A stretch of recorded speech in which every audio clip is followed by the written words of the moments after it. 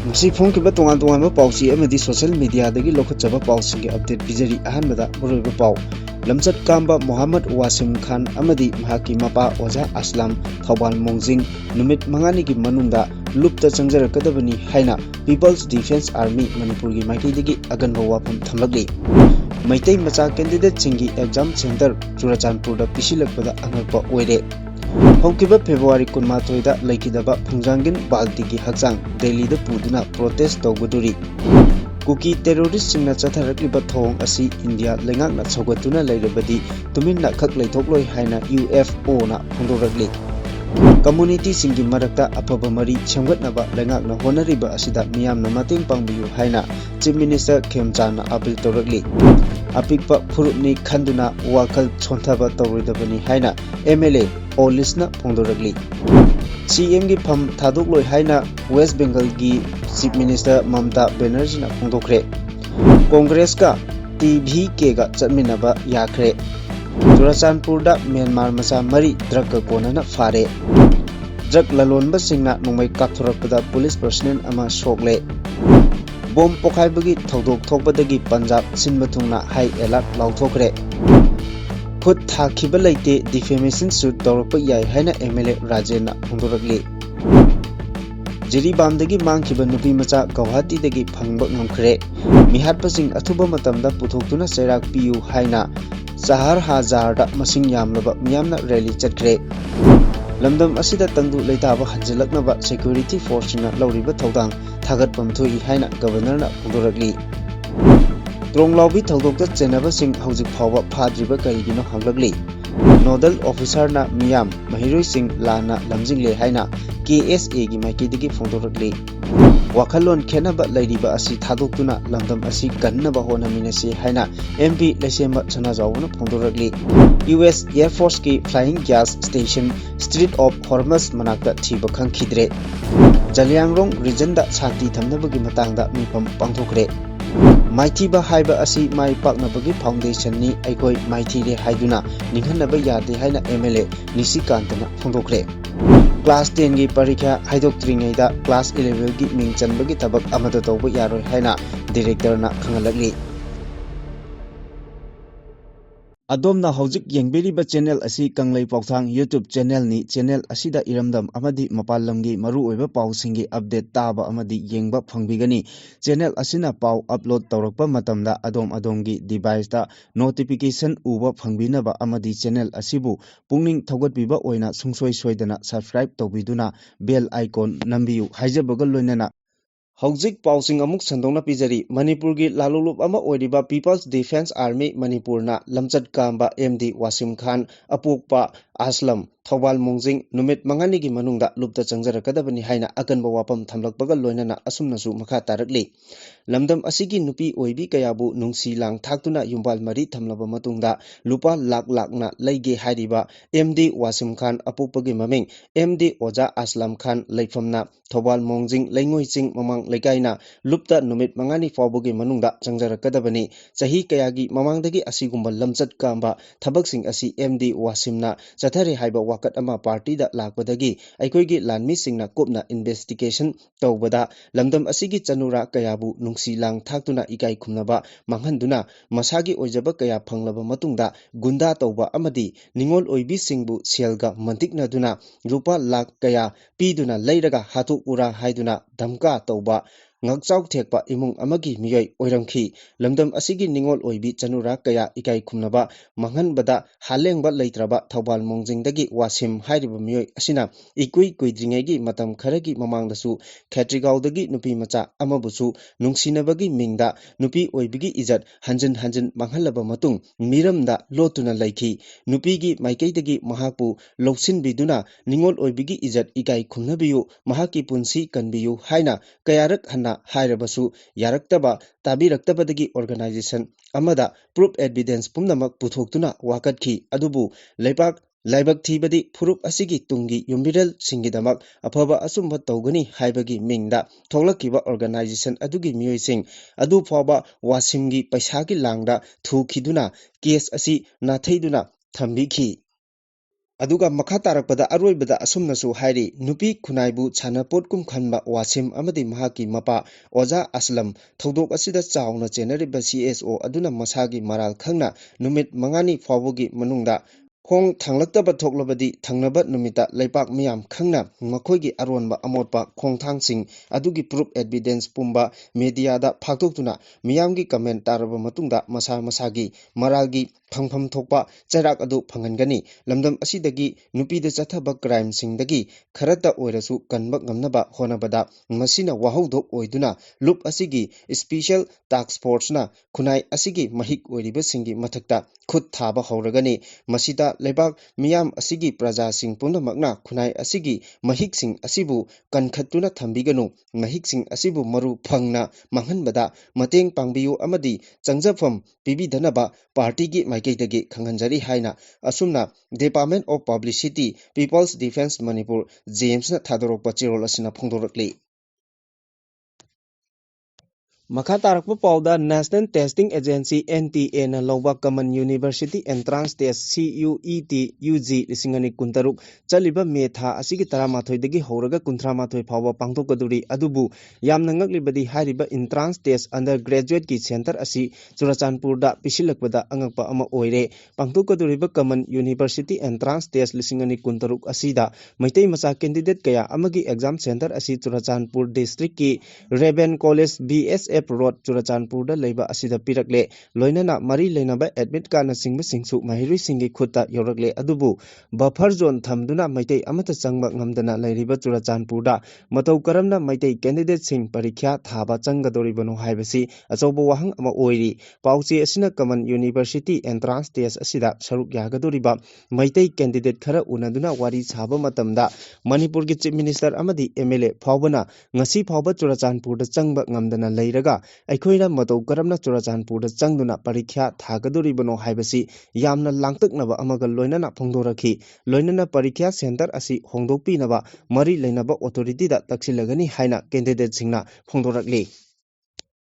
Sahi asigi February 18 da Laikhidraba Thalon Kendra gi MLA Oiramba Phungjangil Balti gi Hakchang Bideli da Puduna BJP headquarters office mamang da thamduna protest tawrugaduri Manipur da kumja lisingani kulhumdoi gi May 3 da irang thokraba matungda mathangi numit haibadi May 3 da MLA Phungjangil Balti na Chief Minister unaraba matungda mahaki lamphel da leiba mahaki quarters da halakpada miyam gi mobda sokpadagi matam sangna layengduna laklaba matung sahi asigi February 18 da Haryana gi Gurugram Laiba Hospital Amada Laikidabane, Mahaki Aruba Matong Mangam Pangtok Tringegi Mangoinana, Kumza Lisingani Kunga Humdoi, Me Marida, Mahapu Puba Senabasing, Paduna Cherak Pigadabani Haiba Demand Togduna, Pungjangin Baltegi Hakchang, Churachandpur District Hospital Gi Mogda, Preserve Togduna Haujisu Lairi, Zomi Coordination Committee Gi Wangang Loi Mon, Zomina Pungdopada, Handaki Chayol Asigi Manungda Laikidraba, Zomi Losingba Asigi Hakchang, Aizol Power Puraba Matungda, Mapam Adudagi Flighta, Delhi da Punaba Zomi Lusingba Singna Taurang Tauri Laikhidrabagi Hakchang New Delhi da Leiba BJP headquarters office mamang da thamduna Aikoigi Laikhidraba MLA asigi justice ki demand Taugani Hari Maruiba demand singdi MLA asina hinglingai da Zomi Miyam gi damak mahakna pamjaram kiba wafam sing ikai khumnagadabani Masida administrative boundary amuk hanna semba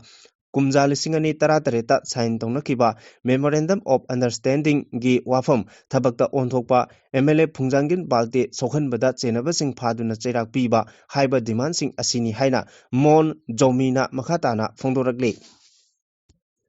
Kuki terrorist singna lamdam asigi yelongmi singda chatharakliba mihat mirpun gi thabak asida India lengangna sogatuna leibagi mawongda laklabadi UFO na tumina leithokpa ngamloi aikoigi ngamkhaida singnarakliba asigi mayokta UFO na chapchan lepkani haina Universal Friendship Organization gi maikeidagi pendaba phongdorakli langthabal kunjada leiba UFO gi headquarters da pangthokiba pawgi mifam amada organization asigi secretary general Y Mairabana hai kumjalising ani kulumdoi me 3 dagi hona ꯇꯧꯗꯨꯅ ꯀꯨꯀꯤ ꯇꯦꯔꯣꯔꯤꯁꯁꯤꯡꯅ ꯂꯝꯗꯝ ꯑꯁꯤꯗ ꯃꯈꯣꯏꯒꯤ separate administration ꯑꯃꯗꯤ separate ꯂꯦꯟ ꯑꯃ ꯇꯥꯟꯅꯕꯒꯤꯗꯃꯛ universal declaration of the human ꯔꯥꯏꯠꯁꯀꯤ article 3, 4 अमदी 5 बु वायोलेट तौदुना मिचम मयाम कया अमा हाटपा हौरकली मरु ओइना अहल ओइरबे चही यामलबा नुपी अमाबु मखोइना हिंगना मई थाकिबा जेरीबामदा अंगांग अहुम यावना पुन्ना मियोइ तरुक तमथिबा मोंगदा हाटकिबा हेमरजेट अमदी लेंथोइंगानबिगी हारिबा अंगांग अनि मखोइबु खुदुम चल्लबा मतुंग तमथिना हाटखिबदा नतना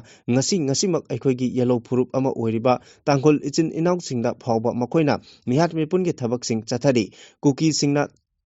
मैतै खक्तत नतना लमदम असिगी येलो फुरुप सिंगदा लाल तौदुना मखोइगी लम खोपचिनबा होनरगलिबा असि UFO ना येंगदुना लैथोकपा ngamde हाइखि कुकी मिलिटेंट सिंगना सेंट्रल फोर्स सिंगी मनाक नकना बंकर साजिनदुना तंपाकी लमदा अटैक तौरकपा ngamba हाइबसि इंडिया लेंगांगना कुकी टेररिस्ट सिंग असि सौगतली हाइना लौदबा ngamloi मखोइना चथरगलिबा टेररिज्म गी थबक असिदा इंडिया लेंगाकसु यावरबरा हाइबा असिसु UFO ना हाइदबा ngamloi असिगुम्बा थोंग असि लेप्तना चथरकपा तारबा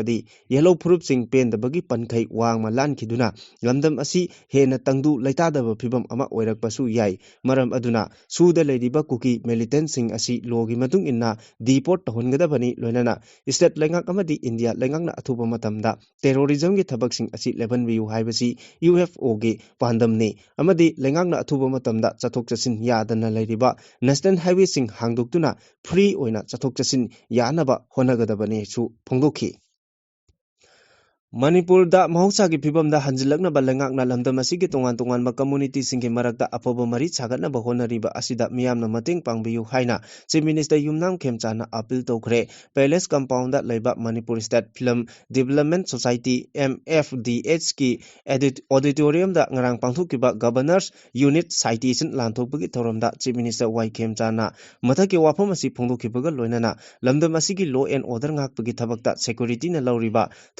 थौदांग सिंबुसु थागतपा फोंदोखि army Assam rifle CRPF BSF BRTF की तोंगान तोंगानबा यूनिट सिंग अमसुंग डिस्ट्रिक्ट पुलिस ना तौरिबा थबक सिंग छखंगदुना गवर्नर्स यूनिट साइटेशन लांथोकपगी थौरम अदुदा गवर्नर अजय कुमार भलाना अथुबा मिथुंग चीफ मिनिस्टर वाई खेमचाना थौरम मपु अमदी डिप्यूटी चीफ मिनिस्टर लोची दिको होम मिनिस्टर गोविंदास कोंथौजम अमसुंग टूरिज्म मिनिस्टर खुराइजम लोकल ना अखनबा मिथुंग ओइना सरुक याखि गवर्नर्स यूनिट साइटेशन लिसिंगनी कुंतरुक फंखरबा सिंग अदुदी 14 सुबा गारवाल राइफल्स 33 सुबा असम राइफल 39 सुबा असम राइफल 90 सुबा असम राइफल 2 सुबा महा रेजिमेंट 15 सुबा PRTF Kakching district police Senapati district police Churachandpur district police 13 सुबा BSF अमसुंग 143 सुबा CRPF की कंपनी सिंगनी अथोइबा मिथुंगी वारोलदा गवर्नर अजय कुमार भलाना मणिपुरदा इंगतपा हंजिलकनबा होनबदा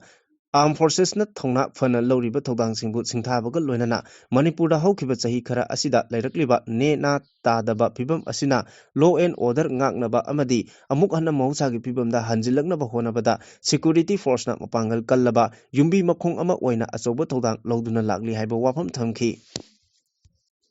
हंदकता फल लौथुकिबा MPSC ना लौबा Manipur civil service combined competitive exam दा 12 सुबा रैंक ता यावरकलबा ताराउ ट्राइब की अहानबा मियोय ओइरिबा के मोनिफाई ताराउबु हराउ तयामना ओक्तुना पोंगनिंग थौगतपगी थौरम अमा ngarang Tarao tribe union Tarao women's union अमदी ताराउ स्टूडेंट्स यूनियन सिंदुना चांदेल डिस्ट्रिक्ट की मनुंग चना लैबा ताराउ ट्राइब ना खुंदारिबा लैसोक सिंग दा पांगथुक्रे लोइनाना अपिकपा फुरुपनि खंदुना वाखल छोंथबा तौरोइदबनी हाइना चांदेल की MLA HH ओलिस ना फोंदोरकली थौरम अदुदा अथोइबा मिथुंगलेन ओइना MLA ओलिस थौरम मपु ओइना CNPO के प्रेसिडेंट BD थोमोक फ्रांसिस अखनबा मिथुंग ओइना SDO चांदेल रिकिम दार खालिंग अमसुंग ब्लेसिंग मिनिस्टर ओइना एजुकेटिव सेक्रेटरी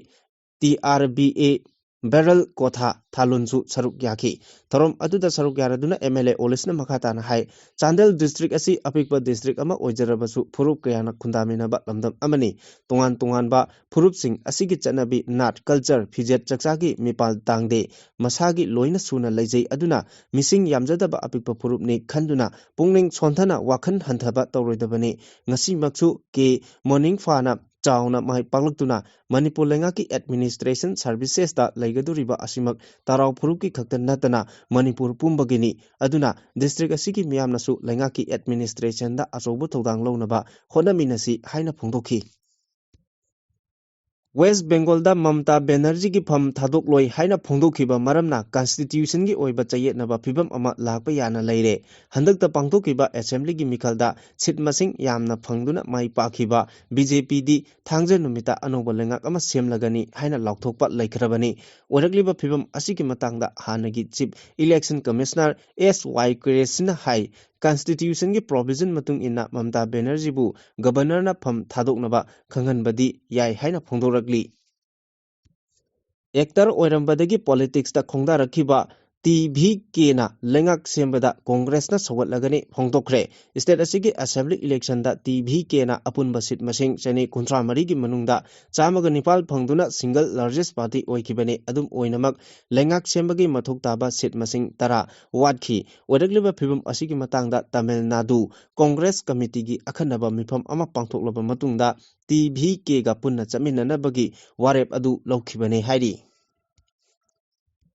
मणिपुर की चुराचानपुर डिस्ट्रिक्ट ड्रग ललोनबगी थबक चेनबा म्यांमार मचा मरी सिक्योरिटी फोर्स ना फारे पुलिस ना थादोरखिबा वारोलदा हाई इंटेलिजेंस की अकंगनबा पाव अमा फंगबदगी जॉइंट सिक्योरिटी टीम अमना बेहिंगयांग पुलिस स्टेशन की मनुंग चनबा बुआलकोट विलेज दा मोटरसाइकिल अमा थौदुना लाकपदगी खामदुना चेक तौबदा हेरोइन नी चिंगनबा पोलम सिंह सापोन के कुनगनी थोइदा हापतुना पुरंबा थेंगनबदगी मियोय अनि फागतखी अतोपा ऑपरेशन अमदना खुंगंग अदुमक्तदगी मियोय अनि फागतपा ngamखी मखोयदगी सापोन केप निफु मरीदा हापतुना हेरोइन पुरंबदगी फागतखी मखोय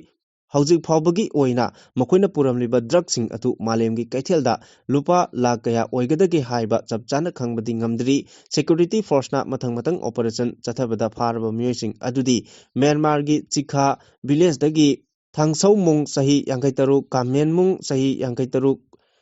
जोनमांग सही कुंट्रामाथोय अमसुंग हाउकुल सही कुनमंगाने मखोयगी मथक्ता मखाताना थिजिनबगीदमक बेहिंगयांग पुलिस स्टेशन दा केस अमा लौखटक्रे मखोयगी मथक्ता फॉरेनर्स एक्ट अमसुंग narcotic drugs and psychotropic substance act पांदुना थिगतपा हौखरे हारी हानगी चीफ मिनिस्टर एन बिरेना म्यांमार मचा सिंह ड्रग कोनना फागतपा ngamkhibeda बेहिंगयांग पुलिस अमसुंग असम राइफल्स पु थागतपा फोंदोरकली सोशल मीडिया दा थागलकपा वारोल दा हाई ngamkhai लाना ड्रग पुथोक पुसिन अमसुंग इल्लीगल इन्फिल्ट्रेशन लैरे हाइबदु हंदकी थौदोक असिना मयक सेंगना ताकले असिगुमा थोंगसिंग असि थिंगनबगीदमक मखाताना अकनबा थबक लौखटपा मथुक ताई अमदी सिक्योरिटी फोर्स पु हेना मपांगल कलहनबा चुंगनी हाइना फोंदोरकली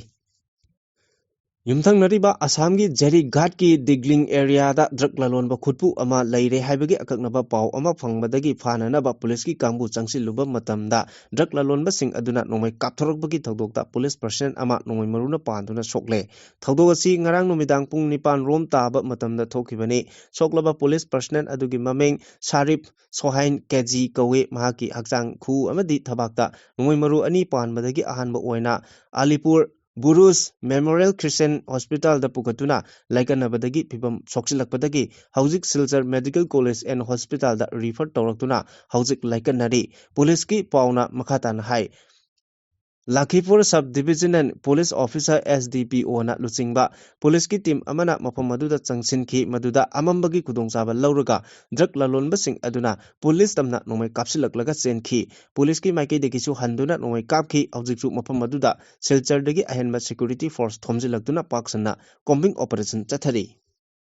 पंजाब की अमृतसर अमसुंग जलांधर लैबा आर्मी अमसुंग बॉर्डर सिक्योरिटी फोर्स की कैम्प ममांगदा ngarang नुमिदांग बॉम्ब पोखाइखिबगी थौदोक थोखिबदगी पंजाब सिनबा थुंगना हाई अलर्ट लौथोखरे बॉम्ब पोखाइबा अदुदा हौजिकमकी ओइना असोय अंगाम थोपगी पाव लैतरी पोखाइखिबा बॉम्ब सिंग अदु अमृतसर लैबा निंगथिजना ngakseleba खासा एटोन कमेंट एरिया दा लैबा BSF कैम्प की मपादा बॉम्ब अदु पोखाइखिबने बॉम्ब पोखाइरिबा मफम अदु आल्टरी बॉर्डर रोड चटपा याबा लंबिनी हारी अदुगा जालंधर BSF फ्रंटियर हेडक्वार्टर की मेन गेट मयादा बॉम्ब पोखाइखिबा बॉम्ब अदु BSF की पर्सनल अमगी पोचै थिनबा लाकपा गाड़ी अमदा पोखाइखिबने थौदोक अदुदा मियोय अदुसु खरा सोखि हारी बॉम्ब पोखाइखिबा थौदोक असिना मरम ओइरगा पंजाब सिनबा थुंगना सेक्शन थौरांगी थबक लौखटपगी लोइनना high alert लौथोखिबने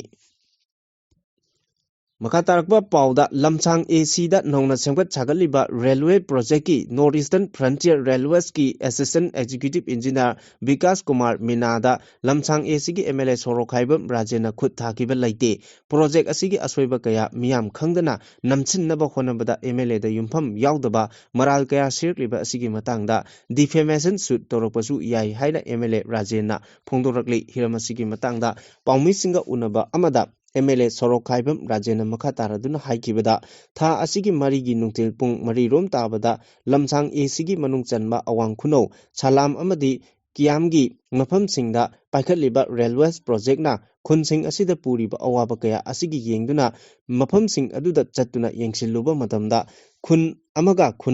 gi Paunariba Lambi, Gaya Pibum Tadana Leramba Amadi, Kunja Singna Taknaba Ising Sizinariba, Pipe Gaya Kakatuna Leramba Tengnaki, Asiguma Pibum Gaya Adu Laibana, Project Adubu Yengchiliba Amadi, Project Adugi, Contractor Kanano, Haina Hangbada, Eastern Frontier Railways ki Assistant Executive Engineer, Vikas Kumar Minana, Response Ningtina Pirakide, Project Adu Mapangi Contractor Amana Paibani Haiba Wapam Pongdoraki, Amadi, Mahak, Hauzik Sariba Railways Project Asina Maram Oiraga, Miyamna Chathok Chachin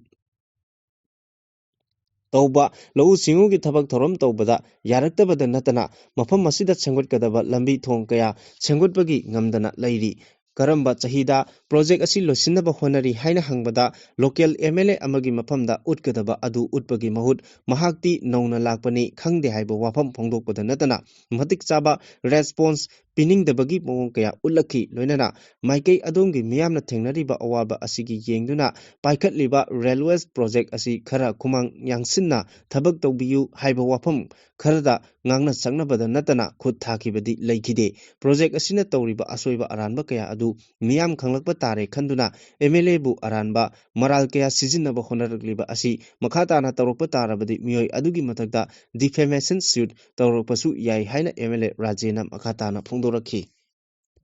Jiribamgi Lengang Pokpidagi Masagi Chahi Taramathoi Rom Khaktamak Ngairibi H Linthoi Apokpa H Domi Kobi Nupi Macha Ama Tha Asigi Tang Marigi Ayupung Taramakai Rom Taba Matamda Walking Thokibadagi Thiba Kangdana Lerakiba Adu Ngasi Jiribam District Police na Kawati Dagi Phangba Ngamkibaga Loinana Thaudok Aduda Chenabani Haiba Nan Manipuri Ama Amasu Phagatpa Ngamle Hairi Hauji Phawbagi Oinadi Nan Manipuri Adugi Chapchaba Masang Maming Khangba Ngamdri Police ki Kangmuna Wahang Pong Akanba Mong Chathari. Tha asigi ahumgi numidang pung tara rom taba matamda Kangpokpi district ki Saparamaina police station na konba 4000 da laiba masakhangdaba singna chahi humpurom surabi Puspa Devi koba mapuroibagi ming Nakul Paudel koba nupi ama masagi kada sakhangdaba singna hatlaba matungda imung manunggi sel amadi sana lupa sing loina lut tawkibagi thongbu yaningdaba phongdokpaga loinana maral laiba sing chairak piu haibagi dabi tawduna ngarang yamlaba miyamna rally chatkhre Nabil Gurkha Youth Club Amadi Charjahar Women's Society Mapung Oiba Thodang Loduna Chatkiba Rally Adu 4000 dagi Hauraga National Highway Lambi Paring Yauna Akoiba Mapam Singda Pendabagi Kholau Kaya Lauduna Rally Adu Chatki Lamdam asida tangdu leitaba hanjilaknaba honabada security forces singna lawriba thodang ekoi khudingmakna thagatpam thui haina governor Ajay Kumar Balana makhatana phongdorakli lamdam asida leriba tongan ba security force singna awaba thidana tangdu leitaba hanjilaknaba akanba mongda honari masigidama aikoina security force sing asibu puning thogatuna thagatpam thui security ki unit khara mana piduna puning thogatpa asi apenba pui kumjalisingani kulumdoi me ahumdagi lamdam asida aurakliba chahi ahum mapung chapchana phakraba irang security force na khongpham chetna leptuna state asigi law and order ningchina ngak senduna lakli tangdu leitaba leitrabadi lamdam asi chawkhatpa oithokloi mangjil thaba amadi chawkhatpa khunai ama haibasi tangdu leitana leibada yumpham oigani haina Manipur gi governor Ajay Kumar Balana makatana phongdoki wafam asi ngarang palace compound da leiba MSFDS da Governors Unit Citation Award Lisingani Kuntaruk Lanthokpagi Thoromda Mangna Pongdokibani Amaromdana Thoromasida Saruk Yakiba Chiminisa Yumnam Kemchana Pongdokibada Lamdamasida Mapung Phana Tangdu Leitaba Puraki Hairabadi Laiminariba Purup Singi Marakta Wakan Taminaduna Santigi Wari Sanaduna Amaga Changnaba Yadaba Asi Laihandanaba Honaba Tangai Fade Haiba Wapam Pongdoki Handakta trong lobby the thokiba nungaitaba thodokta angang ani mamaga tumlingaida cookie sing na bom kapsinduna hatpi khiba adu da chenaba cookie sing haujuk phawba phadana lairibasi paliba lengak asi cookie singa kari hainaba leibage haiba wafam thamlakli wafam asi hanagi minister oiramba ningthogjam birengi yumda pawmis singa unaba amada phongdokhibani mahana makha taraduna afaba lengak ama leitriba phawba manipur shanti leiroi lengak haibasi praja singi aningba apama karino haiba khangpham thogadabani adubu manipur lengak asidi kari amata khangdabagum tawri leibak asi kangkhong saire masi phawbada tumina yengduna taduna leiribasi kukina leibak asi leikhrabara haiba wahangsu thamlakli loinana national highway animak athubada chathok chasin yahanaba mathoktai maramdi haujik maitei sing asi wabana kham thengle anaba ama mapanda layengnaba pubada flight natrabadi yadre lairaba miyoi amagi imungda mapal lamda layengba chatnaba honabada chatpa ngamdabagi thawai mangkhiba kayasu yauri lengakna athubada thokliba irang asigi warisin puraknaba honau haina mahakna makataki DM Community College ta hangliba coursing MLT OTT RIT gi mahiroi kayagi career sing asi tambang amdaba mongda lairiba asida mahiroi kunai gi yaipanaba gi damakta achetpa pirepka loinana lepliba Kangleipak Students Association KSA na kaidongnungda yaba ngamloi National Commission for Allied and Health Care Profession ki makhada coursing amadi mahiroi singi registration phajana tawduna academic system amada chatkadaba adu community college asigi hanagi nodal officer amadi haujik nodal officer Professor N Subhash Chandra Singh masagi thodang yaudaba matam lenbagum college asigi oja kharaga manaraga tawningbata tawduna leire November 18 2015 gi High and Technical Education Department na thokiba order amana Professor N Subhash Chandra bu nodal officer oina hapkhibani adubu tha manga pharaklaba phawba mahiroi singi career mangki gedoriba asi kari amata tawdana tumina leithoklaga community college ki honariba haibasi mahiroi amadi miyamda ut chairaga thamba khongthangni masigi duty masak khangdaba right khakta tanba mahiroi singi awaba kayabudi nathaiduna thamba undergraduate mahiroi singdagi sel namduna khayalaga college ki conference pangthokpa thong asi oja oibagi khwaidagi mathong huktaba thongni amadi DM Community College ki makhada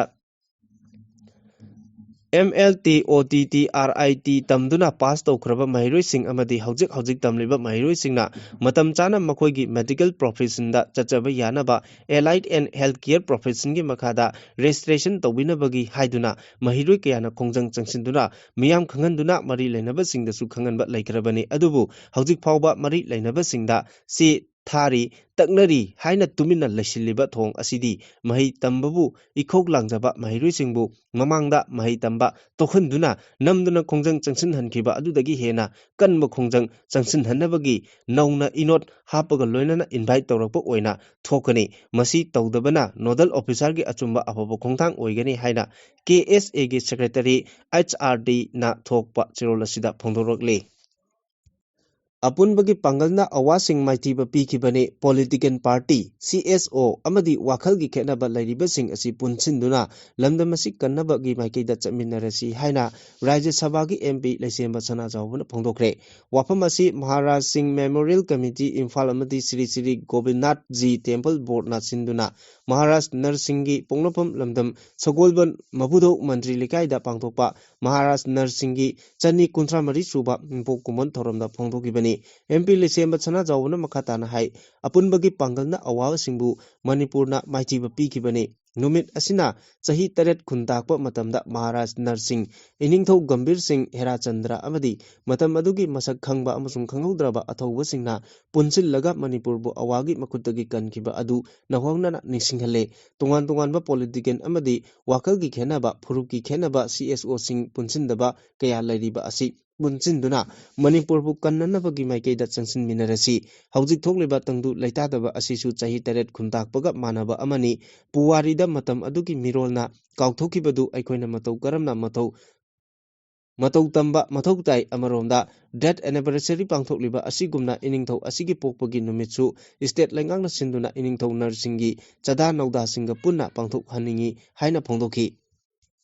Flying Gas Station haina khangnaba US Air Force ki KC-135 Strato tanker ama Strait of Hormuz ki manakta thiba khangkhidre aircraft adu military base tamna pairakpagi lambida mapam khangdana Qatar manakta mangkhibani US amasung Iran gi marakta chawna ungkhatnaringai gi chairakta US Air Force ki nongthakta thau hanaba aircraft adu mapam khangdana mangkhibani Gulf region da tongan ba plane sing nongthakta thau hanaba gi operation chatharamlaba matungda aircraft adu khangdana mangkhibani flight tracking platform da plane adudagi emergency code ama piramlaba matung pung amarom lairaga mafam khangdana mangkhibani haina Gulf News ki report amana phongdorakli aircraft aduda crew member kaya yamna tongkhibage haiba hauji phawbugi oina chapchana khangba ngamdri adum oinamak US Air Force ki data matung inadi ayamba matamda aircraft adu mioi ama khakna paibani hairi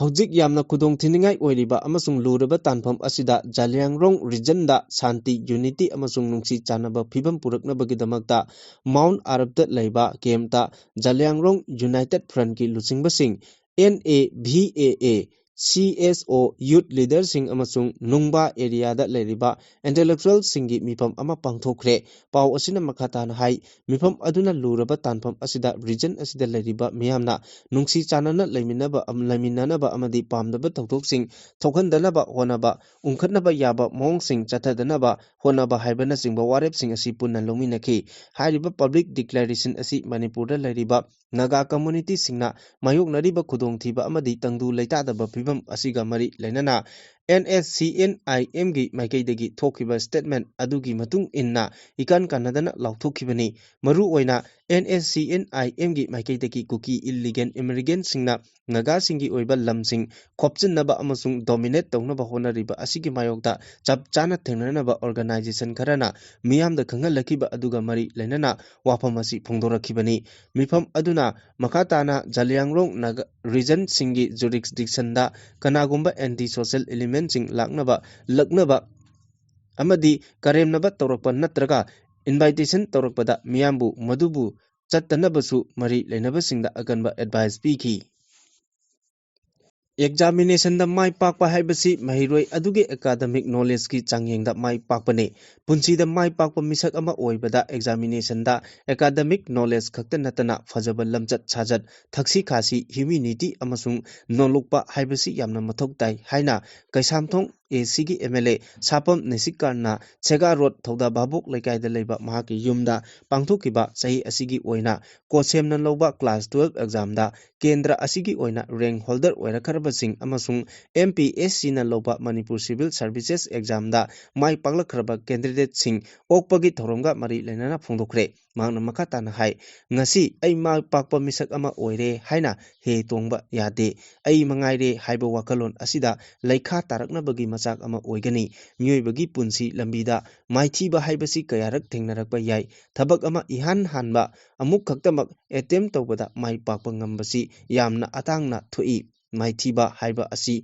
mai pakpagi foundation ni aikoi maithire haiduna khak ninghanaba yade maithiba taragadi maithiriba adugi maram thidoktuna mai paknaba honaba changi loinana mathangda mai paknaba angamba thakta honaba mathok tai aikoigi punsida mai pakpa misak ama oinaba honabada hanaba